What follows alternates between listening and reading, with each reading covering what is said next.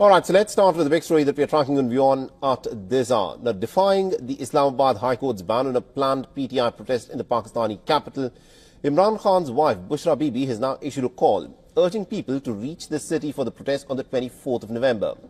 The PTI has called for a long march to demand Imran Khan's release and protest what it calls the stolen mandate, and to reverse the 26th Amendment that gives the lawmakers greater control over judicial appointments. Calling herself a messenger for her husband, Imran Khan, Bushra Bibi has rallied her supporters to the protest for the release of her husband from prison. I have come here to deliver a message from Imran Khan. Khan has appealed to all Pakistanis, including children, to be part of 24th November protests. This is not Khan's fight alone. This is everyone's fight. This is a fight for freedom. Khan has urged everyone to be a part of the protests. Earlier, the Islamabad High Court had prohibited the protests, stating that no sit-ins or rallies violating the Public Order 2024 will be allowed. The court has directed the administration to ensure peace, to minimize disruptions and to enforce the law strictly. Now, in a statement that was released from the Adiala prison, Imran Khan criticized the government, accusing them of stalling tactics. He said that his demands include the release of under-trial prisoners, and these have been ignored despite court orders approving his bail. Imran Khan also warned of the implications of the 26th Constitutional Amendment, saying that it could diminish the relief options for political opponents. He maintained that the 24th of November will see a record turnout, including support from the overseas Pakistanis.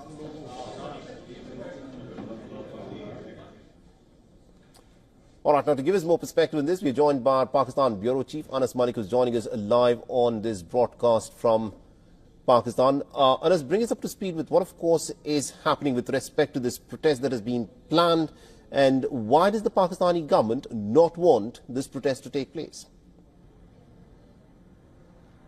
Well, a short while back, while you were playing that video message from Bushra Bibi, Imran Khan's wife, it won't be wrong to say that this is her first official entry into Pakistani politics, though she claims that she is just being the messenger on behalf of Imran Khan, her husband. But this essentially goes on to signify two things. One, there is lack of trust within the current leadership of Imran Khan, the reason he has now chosen his wife to do the messaging, and secondly, Bushra Bibi, who was said to be apolitical, is certainly not so. At the same time, the PTI has said that they are going to go ahead with this protest come what may. You heard that video message from Bushra Bibi, where she also appealed to the establishment, saying that there is a change at heart and there is a misconception with regards to Imran Khan, that he is going to take some sort of revenge once he's out and is back in power. He says he's not the sorts. She says Imran Khan's not the sorts. But on the part of the government says that these are not protests, but in fact a planned riot that is being done by the Pakistan Tehreek-e-Insaf. That is number one. And number two, just today the government announced officially that Alexander Lukashenko, the president of Belarus, will be visiting Pakistan on the 25th of November, and just before that, on the 24th, is itself a high-powered delegation from Belarus will be arriving in Pakistan. Therefore, they cannot afford to have a protest in the country, and the reason that we saw that High Court judgment. So it will be interesting to see as to what the Pakistan Tehreek-e-Insaf decide, because this message which you played from Bushra Bibi, Imran Khan's wife, was independent of the court judgment. We don't know when it was recorded, but when it was being aired is the same time around which the court judgment came out. So it would be interesting to see as to what path the Pakistan Tehreek-e-Insaf opts for, given that the court judgment also explicitly talks about negotiations between Islamabad administration and the Pakistan Tehreek-e-Insaf leadership to have an amicable way out. Salih. Right, it's interesting that you point out that this message by Bushra Bibi effectively is a de facto entrance of Bushra Bibi into Pakistani politics. Does this also mean that the PTI is now losing hope that Imran Khan will be allowed to walk free, despite the fact that he is getting bail in many of the cases that he's been embroiled in? I think it's more the other way around. It shows the lack of trust that Imran Khan has in his current leadership of the Pakistan Tehreek-e-Insaf, that is not incarcerated. He's been in prison for about a year and roughly 3 months or so, and despite of him being in prison, there's not much that the current leadership that has done to ensure that Imran Khan gets to walk free. So with his wife now being out, it is the other way around, in my opinion, which shows that there is lack of trust on the part of Imran Khan on the current leadership. The reason he has opted for and chosen his wife to be the messenger for the public between Imran Khan and the world, who continues to remain in prison. Interesting. We'll have to see as to how things, of course, unfold there. Thank you very much indeed, Anas Malik, for joining us and getting us those updates there. If you've ever dreamed of living la dolce vita, the sweet life, this is for you. The Italian village of Ololai is offering $1 homes to Americans who maybe want to get out of Dodge. Ololai is on the island of Sardinia. It has been trying to persuade outsiders to move there after decades of depopulation. While anyone can apply, the village mayor says U.S. citizens will be favored over other applicants. Wow. Okay. I like that. So are we going to say arrivederci to the United States? We got to find somebody who can fix up these houses, right? Thousands of workers in Greece have taken to the streets in protest as part of a 24-hour general strike called by labor unions to protest the rising cost of living. The strike action, backed by both public and private sector workers on Wednesday, disrupted economic activities in the capital, Athens, as well as the northern city of Thessaloniki. Απαιτούμε, εφόσον έχουμε βγει από τα μνημόνια, γενναίες συντάξεις, στις γενναίες αυξήσεις στις συντάξεις μας και στους μισθούς των εργαζόμενων. Δεν μπορεί η κυβέρνηση να σπαταλά δισεκατομμύρια για πολεμικούς εξοπλισμούς.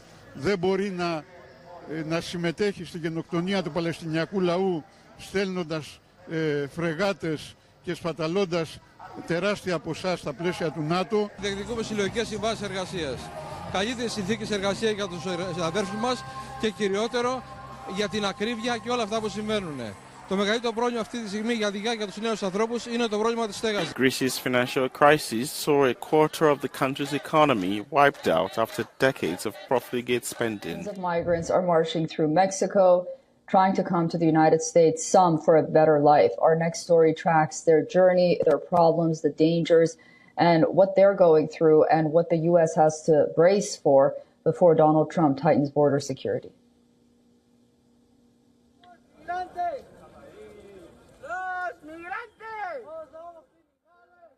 As dawn breaks over southern Mexico, thousands of desperate people are on a perilous journey of hope and survival. Driven by desperation and the looming political change, these migrants are traveling long distances, carrying nothing but their dreams and the faintest glimmer of a better future. Children cling to parents as families push strollers carrying newborns. Each step is a battle against exhaustion, hunger, and unrelenting hardship. Many cling to hope that the CBP-1 asylum system will remain operational long enough for their arrival. Others appeal to the Mexican government for safe passage. But they know that even after entering the US, they will face the real danger of deportation.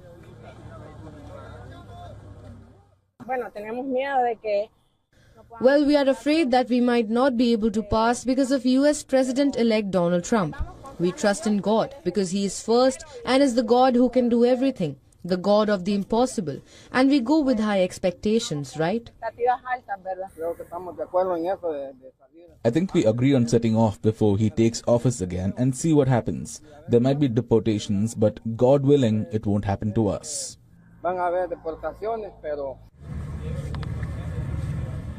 Their timing is critical. With President-elect Donald Trump's imminent return to power, bringing with him hardline immigration official Tom Homan to oversee border control, these migrants understand the window of opportunity is rapidly closing. My idea is to get there. get the appointment to enter the US legally before Donald Trump takes office. And if I don't get the appointment before he takes office, I'll surrender to what God wills. Border patrol encounters with migrants are now comparable to 2020 levels, following a record peak of 250,000 encounters in December 2023.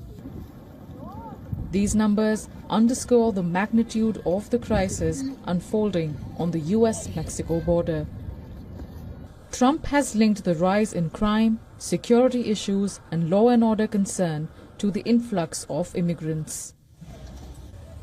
Donald Trump has also asserted that once he assumes power on 20th January next year, he will declare a national emergency and deploy military to carry out the biggest mass deportation of undocumented immigrants in the history of America.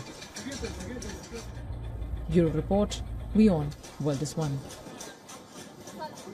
At least 42 people have been killed and 11 others were injured in an attack on a convoy of passenger vehicles in Pakistan's Kurram district. The vehicles were travelling from Para Chinar to Peshawar. The incident took place in the lower Kurram area when armed men opened fire on the vehicles. Now, according to the head of Khyber Pakhtunkhwa district rescue operations, most of the victims are civilians, while one policeman was among the injured. Security forces were reportedly guarding the convoy at the time of the attack. The latest attack is among 6 of the deadliest this year in Pakistan. On August 21st, gunmen targeted a school van in Punjab, killing 2 children. On August 26th, separatists launched widespread assaults in Balochistan, leaving 73 dead. On November 1st, a blast near a school in Mustang killed 8, including 5 children. On November 9th, a bomb at Quetta railway station claimed 25 lives, and on November 20th, an attack on a checkpost in Banu martyred 12 security personnel, while 6 terrorists were neutralized.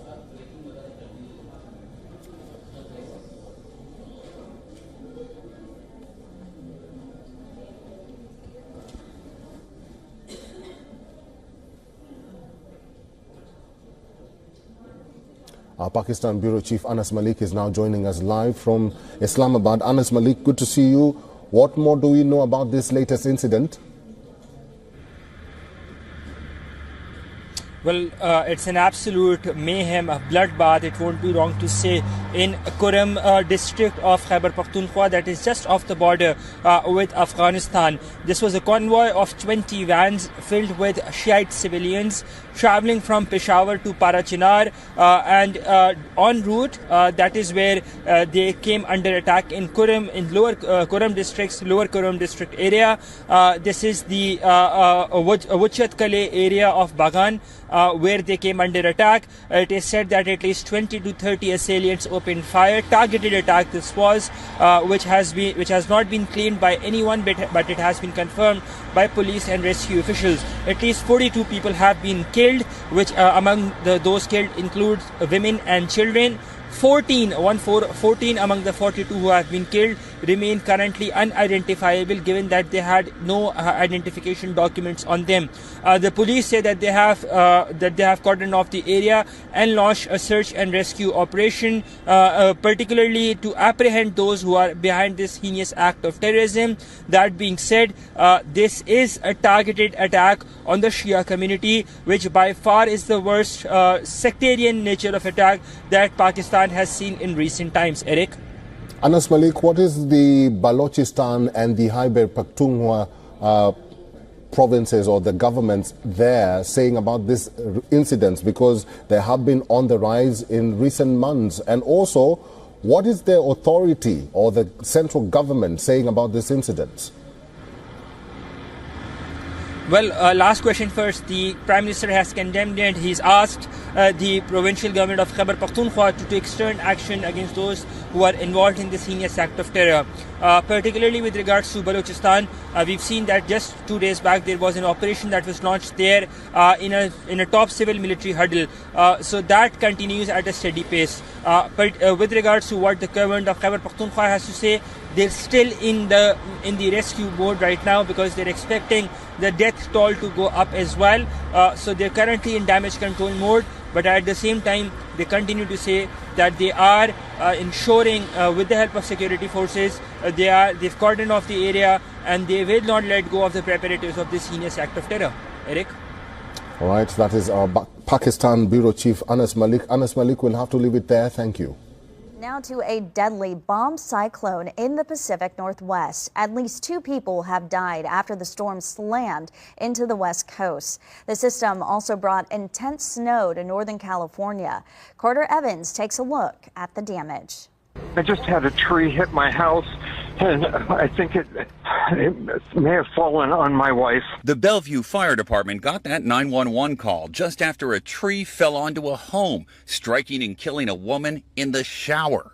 I can't imagine what that must be like for him, knowing his wife is still there and you can't get to her right now. We're doing the absolute best that we can. It's looking like we might have to get a crane out to lift the tree up. Across the Seattle area, the bomb cyclone did overwhelming damage to some neighborhoods, and the historic storm brought gusts over 50 miles per hour. Does it feel real? No, I'm just gonna imagine I'm in a nightmare. In Bonnie Lake, this woman said she heard the crashing sound of a tree fall onto her house. Now it's unlivable. I'm a single mom with 2 kids, and I'm pretty sure we're not gonna have a place to live for a while. In Northern California, a second powerful system known as an atmospheric river is fueling the storm there. Our Rob Marciano is in Eureka, about 230 miles north of San Francisco. The onslaught of wind and water continues. Massive waves coming in here, 10 to 20-foot breakers punishing this coastline, and the rains have been relentless. And in the mountains, more than a foot of snow forced a shutdown of a section of I-5, putting these big rigs at a standstill.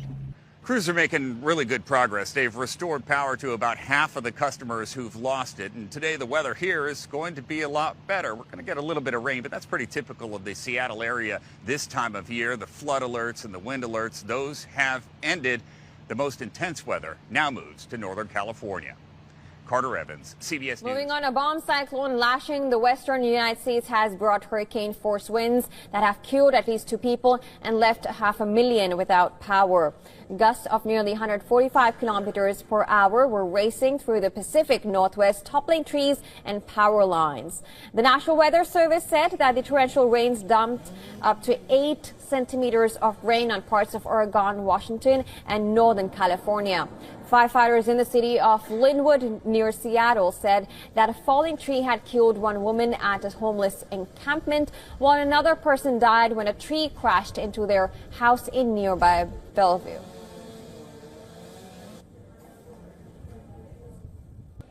We've had a pretty steady stream of cars coming through. By about 11 o'clock today, we've given out around 400 sandbags. We do have 12,000 on hand, so we are ready for the storms coming again. It's the first storm of the season, so we're going to get a lot more rain. We're expecting later in the week, early into the weekend. So we expect that the cadence of people coming to pick them up will pick up. Well, last night we did start getting the temporary outages for a couple of minutes at a time, but I still had hope that it wouldn't go out permanently. And then when it went out permanently around 8 o'clock or so, I guess, I figured that since I had to get up very early this morning, I'd just go ahead and head for bed and see if I could fall asleep.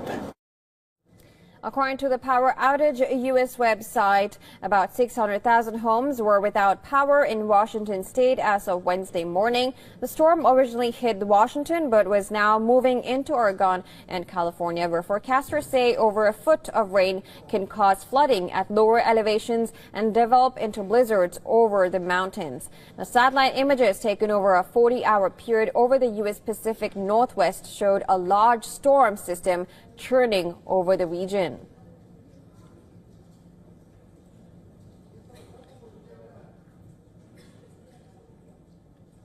Meteorologists say that the center of the cyclone is likely to remain well off the west coast, limiting its destructive potential, but the speed with which it formed and gathered power has led it to be classified as a bomb cyclone. Scientists say human-caused climate change is amplifying the destructive force of storms around the world.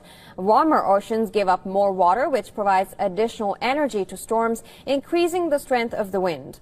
The warming atmosphere also means storms can carry more water, resulting in heavier downpours. Now, Pakistan and China kicked off their 8th annual military drill, Warrior 8, in the northern town of Pabbi on Thursday. Now, the 3-week-long exercise is in fact focused on enhancing counter-terrorism capabilities, improving coordination and strengthening bilateral military ties. Hosted by the National Counterterrorism Centre, the exercise showcases the growing strategic partnership between the two nations, especially as Pakistan plans a new offensive against insurgents in Balochistan, a region that is critical to China's Belt and Road Initiative. While it is unclear if the operation will be jointly conducted, the drill also highlights their mutual interest in regional security. Now, the drills had troops disembarking from Chinese aircraft on the tarmac, raising flags of both countries, to the playing of the anthems of the two nations.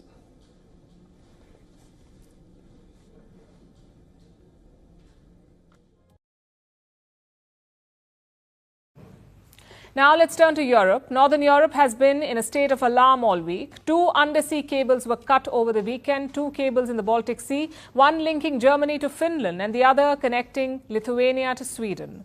All 4 nations are NATO members, all of them support Ukraine, so all of them were quick to point the finger at Russia. The NATO members suspected sabotage. They accused Moscow of engaging in hybrid warfare, and they have begun their investigations. In fact, they've also identified a suspect, a ship that could have cut the cables. But there's a small hiccup. The ship is not Russian, it's Chinese. Our next report explains. 2 undersea cables in the Baltic Sea were cut over the weekend. These 2 cables, the BCS East-West Interlink connecting Sweden and Lithuania, and the Sea Lion 1 connecting Finland to Germany. The Interlink cable was cut early on Sunday, around 10 a.m. local time. The Sea Lion 1 was damaged less than a day later, at about 4 a.m. on Monday morning.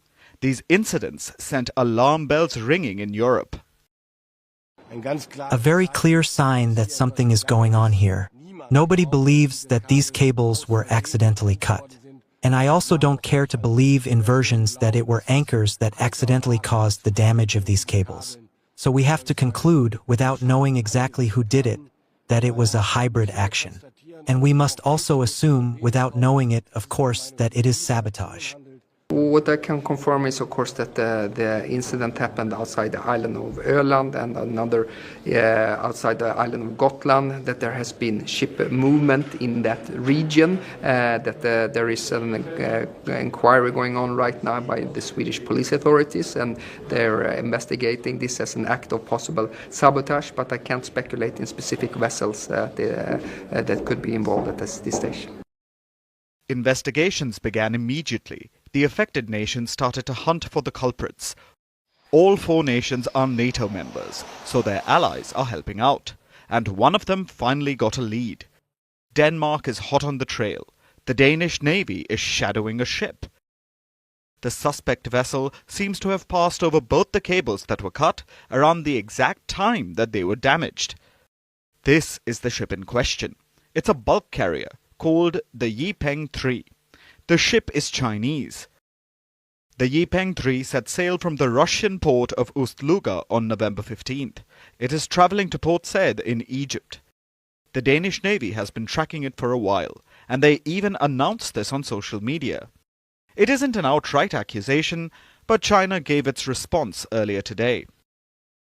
We are willing to maintain communication with the parties concerned in accordance with international law and jointly safeguard the safety of international seabed infrastructure. At the same time, we also hope that the normal navigational rights and legitimate interests of Chinese vessels will be effectively protected. Beijing says that it's willing to cooperate with any investigation, but the spokesperson added that the ship's navigational rights should be protected. It's a tense situation. Europe probably won't accuse China directly. Even though Beijing has a history of cutting cables, it keeps doing so in the east, around Taiwan. This isn't the first China-linked incident in the Baltic either. Last year, a Chinese ship cut undersea gas and telecom lines, linking Finland and Estonia. This week's cable cut occurred at a tense time. Ukraine has started firing missiles deep into Russian territory. Moscow has called it an escalation. No one is sure how Russia will respond. That is why Europe is jumping at shadows and seeing sabotage and hybrid warfare in every incident. Western nations, including the US and the UK, say the North Korean presence in the Russia-Ukraine war, fighting for Russia, has been a motivating factor behind their recent steps that may escalate the conflict, while several people question why the Biden administration has given a green light to using long-range missiles and target inside Russia, especially when Biden is on his last leg of the presidency. US says it's due to the presence of North Korean troops inside Russia. Amid growing signs of camaraderie between Moscow and Pyongyang, Russian President Vladimir Putin has gifted North Korea dozens of animals. More than 70 animals and birds from Moscow Zoo have been flown to Pyongyang as a gift from Putin, including an African lion and 2 brown bears. Now, Putin has also previously gifted Kim Jong-un 24 purebred horses, known to be the North Korean leader's favorite, while Kim has sent Putin a pair of local dogs. Well, the two countries have deepened political, military and cultural ties in recent times amid Russia's offensive in Ukraine. They are both under heavy Western sanctions and signed a mutual defense pact earlier this year that obligates them to provide immediate military assistance to each other if either of them is invaded or attacked. Western nations, including Ukraine and South Korea, say that North Korea has recently deployed more than 10,000 troops to Russia, who are to be sent into combat against Kiev's forces. South Korean officials have now also claimed that North Korea has sent additional shipments of artillery and rocket launchers to Russia. And Seoul says this is to support Russia's war against Ukraine as North Korean troops enter combat. Pyongyang has been accused of sending thousands of soldiers and container loads of weapons to Moscow as military ties between the two countries have grown stronger. Reports have now emerged saying that Colonel General Kim Yong-bok is the top North Korean military official who is currently leading the company in Russia.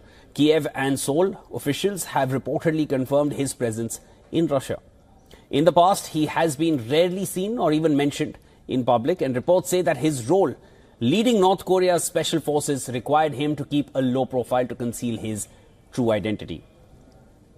The Colonel General is one of North Korea's most important and decorated military officials, and he has reportedly been tasked with integrating North Korean troops with the Russians and establishing the pipeline for future deployments.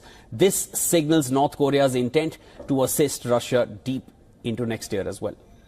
The conflict in Ukraine has reached a dangerous new chapter. American weapons are striking Russian territories. The Biden administration's silent approval is marking a dramatic shift in policy and could have ripple effects across the geopolitical landscape. Take a look.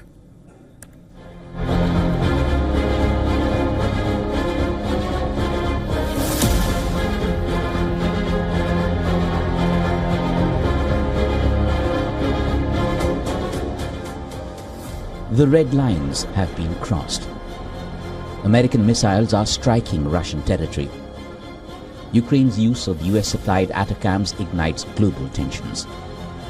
As the West stays silent, Russia is fuming. Within hours of receiving US approval, Ukraine fired 6 ATACMS missiles deep into Russian territory. Moscow confirms 5 were shot down over the Bryansk region, but warns of grave consequences. This bold move shatters the long-held Western policy of restraining Ukraine from striking Russia, a move Russia has repeatedly said could trigger direct conflict with NATO. US President Joe Biden dodged questions at the G20 summit in Brazil. Neither the White House nor the Pentagon has confirmed Kyiv strikes. I don't have anything to announce or to confirm at this time. If we have more to share publicly, we will do so. That being said, just taking a step back to, answer kind of broad strokes some of your questions, let's not forget where we are, and that is the fact that Russia chose to escalate this war by introducing DPRK forces into the battlefield and into the fight. And so what we are doing is, as we have been from the very beginning, is ensuring that Ukraine has what it needs. Zelensky also isn't clearly spelling out that Ukrainian forces fired American missiles on Russian territory. France and UK, who've been pushing Washington over the past few months to allow Kyiv to strike deep inside Russia, are also tight-lipped. Look, let me just say that I don't want to be drawn on the use of long-range missiles, and that is because it risks operational security, and it can only play into the hands of Putin, and I will do nothing to play into the hands of Putin. Germany has refused to arm Ukraine with Taurus missiles, fearing an escalation. I have explained very clearly why I do not consider the delivery of Taurus cruise missiles, which are what we use in Germany, to be the right thing to do. While NATO member Hungary publicly condemns the move, warning of the risks of pushing Moscow too far. This is an incredibly dangerous decision. This is a very dangerous idea, with which there is an extremely grave danger of war escalating further. The timing of this escalation raises questions, with President-elect Donald Trump set to take office in 2 months. Biden appears determined to arm Ukraine, ensuring all approved funding and weapons are delivered before the handover. Trump's promise to broker a swift end to the conflict has added urgency to Biden's approach, despite concerns that these actions could backfire. Bureau Report, WION, World is One.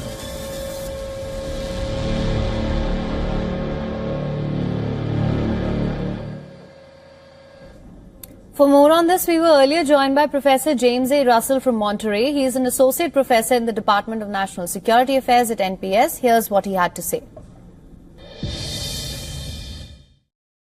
Well, all we can do in the international community is hope that is not the case, that the Russians exercise caution, recognize that these systems are not going to alter the course of the war, and that they're in an extremely strong position. They're winning on the battlefield.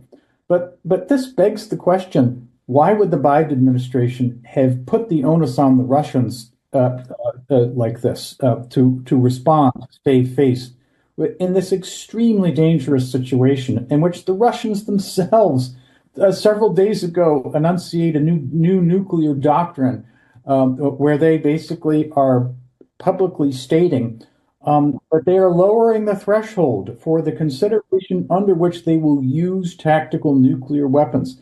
So what does the Biden administration do? They've created circumstances that could lead to this, the first use of nuclear weapons since Hiroshima and Nagasaki.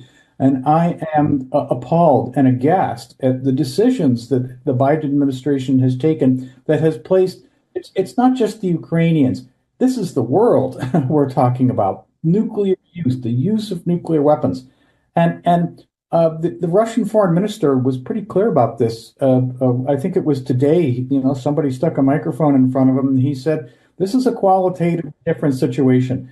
And we are going to respond appropriately to this. And the Russians have been very open and honest with us about this, which you, in your excellent report, noted, which is that these red lines have now been crossed, and it puts the onus on the Russians to respond and places us, the international community, into hoping that sanity prevails. And as I said, I just cannot fathom why the Biden administration took these steps. 2 weeks ago, the British Prime Minister was in Washington, and we reaffirmed that we were not going to allow these long-range weapons to be striking inside Russia. Yep. We've also been hearing from Vladimir Putin in the last hour. We're not sure whether it was live or recorded, but we saw him addressing the Russian nation. Let's catch up with what he said. Sarah Rainsford, our Eastern Europe correspondent, has been monitoring events for us from Warsaw. And Sarah, there's been a lot of discussion today about what kind of missile the Russians used to hit Ukraine, but also we saw Vladimir Putin speaking within the last hour. Yes, Vladimir Putin has been absent really from the scene for a couple of weeks now, and suddenly he popped up with a pretty strong statement, I would say. As it appeared to be live, but it's not clear. It might have been recorded, but it was a very stern-looking Vladimir Putin sitting at his usual desk, flanked by flags, and sending a threat, essentially, to Ukraine's allies. Now, what Vladimir Putin said, essentially, was that, yes, Russia had used a new missile to strike Dnipro in southeastern Ukraine this morning. The Ukrainians had originally said this was an intercontinental ballistic missile, which US officials then cast some doubts on. We have now heard from Vladimir Putin saying this was a new Russian missile called Oryeshkin. He said it was a hypersonic ballistic missile, but a non-nuclear missile. He said it was a brand new development.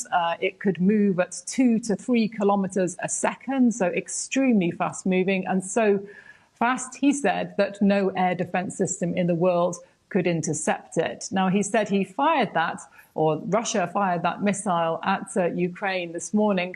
He said in response to the use of Western missiles by Ukraine fired into Russia. And essentially the message coming very loud and clear from Vladimir Putin was, we have these missiles, we can respond, we will respond. In fact, he said, we will always respond. If people think we will leave actions without an answer, they are very much mistaken. He said his very last lines were, we will always respond. Now, I should add to that, we have heard from the United States, an official there who has talked about these missiles before Mr. Putin made his speech, said, yes, they believe in America. This was an experimental medium range, intermediate range ballistic missile.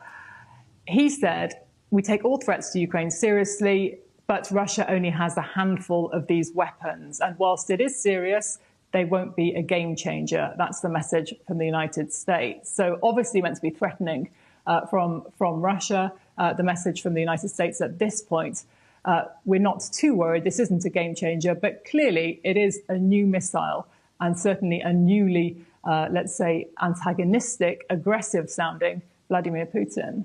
And Sarah, countries for a long time have signed up to deals on what kind of missiles they develop, and they limit the numbers on that. So I'm guessing weapons experts will be looking at any details on this new missile. But in a more fundamental way, as someone who watches these events so closely, how unusual is it for Vladimir Putin to make a statement like this? Obviously, the UK and the US have supplied these longer range missiles this week, and so it has felt like things have stepped up on many fronts.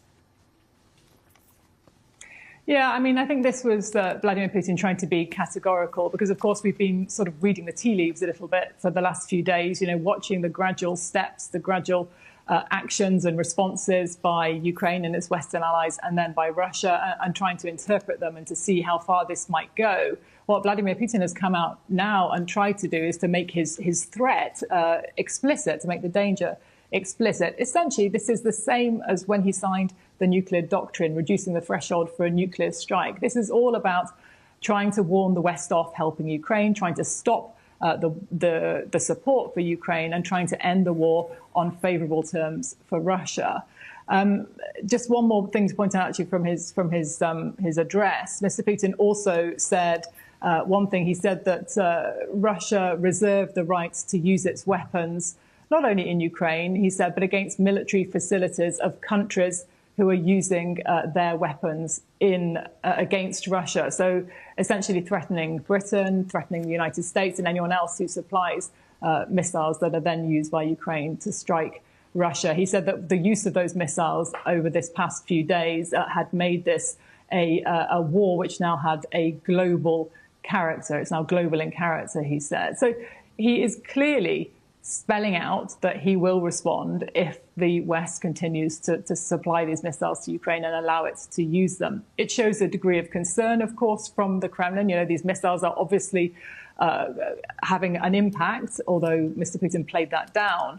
And I think it, raises questions, doesn't it, for supporters of Ukraine about how far they're going to continue to support Ukraine's effort. Of course, Ukraine has been making the point all along this is an illegal invasion by Russia, an act of aggression, and an illegal war, and its allies are simply helping it to defend itself against that Russian aggression. But it is a rather tense point, I would say, to put it mildly, in the war, which is now 1,002 days old. Sarah Rainsford, we'll have to leave it there, but thank you so much for your time in Warsaw. As the war between Russia and Ukraine went past the 1,000-day mark, thousands of NATO troops took part in large-scale military drills in Finland. Over 3,600 soldiers and nearly 1,000 military convoys were part of the artillery drill held less than 100 kilometers away from the Russian border. The core objective of the drill is to train soldiers on working in sub-zero conditions under the snow at one of the largest firing ranges spread over 1,200 square kilometers.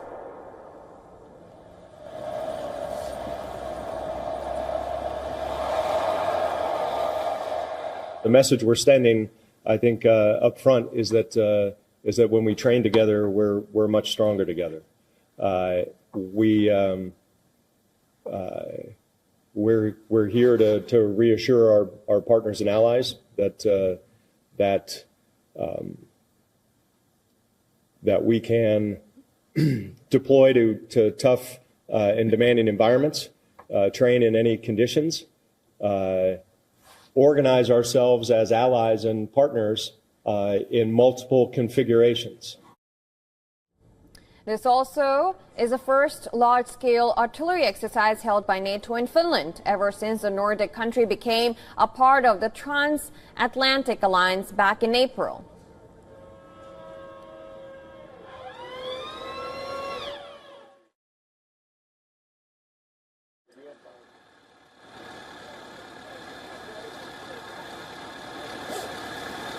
Just the little details, how we survive in the winter, how do we operate in the winter, how our guns work in winter conditions, what kind of area this northern Finland is, how are the roads, everything starting from little details. So our allied nations, they get a lot from this, just how they can operate. It's true that with the cold, we are also trying to better understand ourselves and push our limits. We actually learn a lot, both about ourselves, about our equipment, and about our way of working by working in these conditions.